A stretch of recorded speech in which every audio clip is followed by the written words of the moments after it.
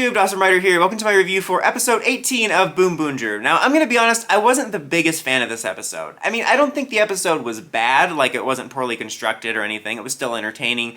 There were still things to like, but I was a little bit annoyed by some of the developments, and maybe I'm jumping the gun. I'm gonna review it in like the sense of now, in terms of what I feel now, but my worries could be fixed next episode or down the road, but it just made me a little bit worried about some of the directions they're taking. But I can only review what we have so far. So as far as what I liked, as always, generic praise of the fight scenes, number 578. But yeah, the fight scenes always really do look great in this. We had a really nice mecha fight, more of a concrete look at Purple's mecha in action, like the actual physical suit in the flesh, or in the rubber as it were, looks really good. And that's one thing, again, this is the same praise I've been giving, but I do want to say just overall, I appreciate that I feel since maybe Caramajor-esque, Caramajor through Zenkaiger, they've done a pretty good job of making the mecha fights more entertaining. You know, there was a stretch of time, having watched Sentai for so long, where I think they got pretty formulaic, almost feeling turn-based, where it was kind of just like punch, punch, punch, finisher. Maybe the villain punches them really hard once, and they're like, oh, this is so bloody hard. I don't know why they turned British for that split second. You know what I mean? I think that they felt really formulaic outside of like when you would have a really big bad battle.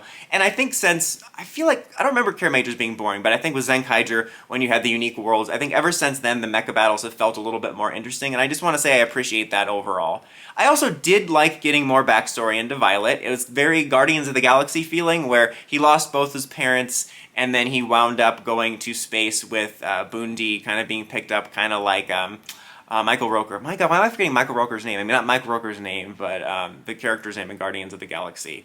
Yondu, there we go. Kind of very much so reminded me of that, and I did kind of like that. It kind of gives you an insight into his perspective where, you know, he kind of feels like abandoned by the world in a way, and he only really had a few things to latch onto. He found purpose through being their cleaner. Kind of gives you insight into his personality, and I do like that. You find out about like this one friend that he held on to, and like it turns out this card is not like his dad or like a mentor racer he looked up to. It's just like cards that they traded when they were younger. And so he has this bond memory with this young kid he played with when he was little, where they traded over the Roaring Dragon card from the Even Stevens pilot. That is a deep cut. That's kind of like his only connection to Earth outside of his dead parents.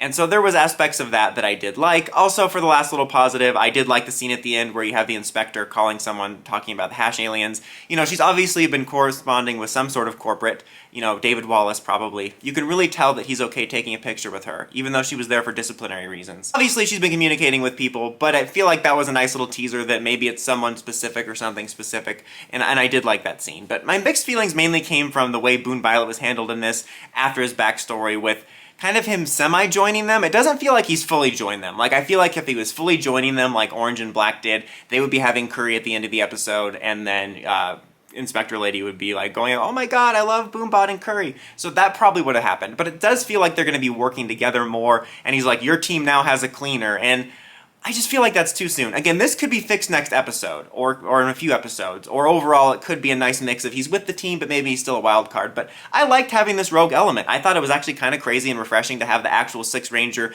be a bit of a rival, instead of having your classic Six Ranger and then a rogue ranger like Stacy, or, you know, the purple one from Dawn Brothers, whose name, Murasame, who, again, I have so much wasted potential, such a good suit! But anyway, I liked that, and I thought it added an interesting dynamic. I liked the fact that his and Red's relationship, his and Tyre's relationship, was a little more antagonistic, whereas Boombot and Boondie's was a little more friendly rivalry, with actually, surprisingly, Boondario's being the one that has the more negative aspect of it. So I liked that. I thought it was going to add some nice intrigue. Even the idea of him working with the villains, like he kind of got blackmailed into it because they took the Roaring Dragon card. I think it was Roaring Dragon, that's the way I hear it in my head, regardless. That was interesting to me, and I thought that could have been interesting. But then they, of course, give that generic Toku speech about protecting smiles, and I know this is probably a hot take and I'm probably alone, but would anybody else be okay with, like, people who sub this stuff changing it to protecting happiness? Like, the protecting smiles thing is funny and I can make a joke, like, it's like dentists, but it's just like, I'm fine with them changing it to make more sense in the language it's being translated to, because the protecting smiles thing makes it feel like it's AI generated and like AI doesn't understand. Like, I don't know, just protecting people's happiness just sounds more normal, and I think would go a long way to making these types of speeches feel so disingenuous to me, because it just felt like disingenuous Toku rhetoric. I think there's just only very specific cases where I believe in the characters when they get like this. Like, I always use Build as an example, but Sento is one of the last times I can think of such an idealistic character where I really believed in them. Like, they would say cheesy stuff like Superman or something, like Christopher Reeve's Superman, but like Christopher Reeves, I believed in them. But this just always feels so disingenuous, and I just didn't like the reason why he is now working with them. It's about his connection to his childhood friend. Like, in one sense, I can understand it because that's kind of all he has to hold on to and remember from Earth, so he's obviously built it up in his head, where this dude probably doesn't even remember his name. But also, it just feels so weird and shallow that he's like, well, I'm going to work against the Hash aliens now because I don't care about all of Earth, I only care about this one family, and it just feels like such a shallow connection. I think I would have rather it been him not caring about protecting Earth so much. And then, of course, obviously, this is Sentai, guys, we're going to get that cliche story of him learning to care eventually. But I think I would have rather it been he just was against the Hash aliens because he doesn't like the way they work. Like, because of the fact that they threatened his friend and that they stole his card. I would have preferred that, where he would agree to work with the BoonBoomgers when possible because he doesn't like the Hash aliens and refuses to work for them and doesn't like the way they do business. And then, of course, over the course of the series, you have him warm up. But this just felt too quick and cliche and just a reason to do the stupid roll call. So, again, this could be solved in an episode or two, but within this episode, I was a little disappointed by how, like, disingenuous Toku speechy it felt. And also, it just felt like they're getting to it too fast. And I'm like, this is a cool dynamic. Having this little rogue X-Factor element was something I really liked the last couple episodes. But we'll see. Like I said, I didn't think the episode was terrible. Like, it wasn't like, oh, this is poorly constructed and awful or everything. I just have mixed feelings about that one part.